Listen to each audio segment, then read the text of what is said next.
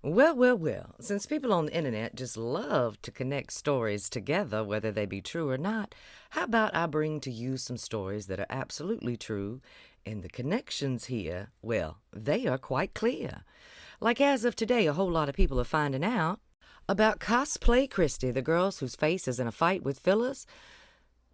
Taking a cut of some political donations. A dark money group paid $80,000 to Noam's personal company when she was governor of South Dakota. She did not include this income on her federal disclosure forms, a likely violation of ethics requirements, experts say. Now, you don't have to be a genius to figure out exactly what Miss Cosplay Christie might have been doing with that dark money, honey. I mean, you don't have to be a genius to figure out. Sometimes just a photo will do. This is Cosplay Christie back in 2022. This is Cosplay Christie in 2023. So I think it's plain to see exactly what Miss Gnome was doing with all of that dirty money. And by the way, her lawyer had made a statement about that campaign money. Yes.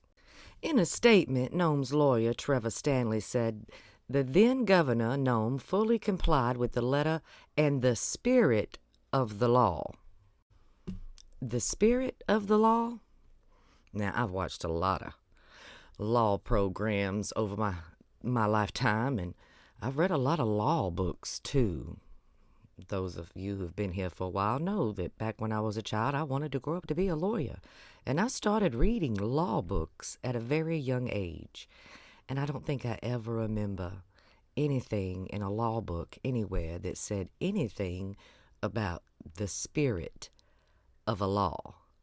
But you know, this current administration, they're not really into following the law. I mean, after all, wasn't it Daddy Dumpy Pants and Little Blondie Bondy that got up there and said that they are the only two in the US of A that are allowed to interpretate and have an opinion upon what the law is, hon? But either way, we're about to connect this story to another story that is absolutely true. Maybe you've heard by now the news of J.D. Vance and his toddler pants with his queer-ass stance. The Maybelline Queen has a dream. And his dream is to let there be an unlimited amount of monies when it comes to campaign donations, honey. That's right. I wonder if this new fight with the Republican regime to allow people to donate privately to a campaign without any tracing of the money would have anything to do with the fact that people like Cosplay Christie and a whole lot of the Red Hat crew, the Misfit Toys up there, are starting to be found out when it comes to campaign donations. That's right. I'm pretty sure all of this is connected. See, we can connect stories from here, there, and everywhere if they actually have clear fucking connections, dear.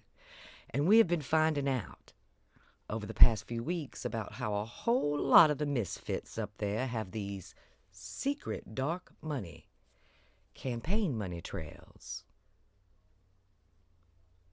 And now they've changed the plan, and according to the vice president, man, people should be allowed to donate anything they want to a campaign and directly to the candidate. Yes, no more going through super PACs where money can be traced back to you. They're pushing, even in the Supreme Court, for this. And it has everything to do with the stories like Miss Faces in a Fight with Phyllis Christie Gnome. Yes, those things are connected. Yes. Now, wouldn't it the Republicans that were always complaining about secret donations and campaign monies? I mean, even Daddy Dumpy Pants was throwing a fit because Beyonce decided to get on a stage and dance a bit. Remember. I guess what's good for the goose is not quite good for the gander in this particular situation. Absolutely connected, these stories, and the Republicans and their stunts, their dark money. They don't want you to go on a fucking hunt. Okay, have a nice Monday.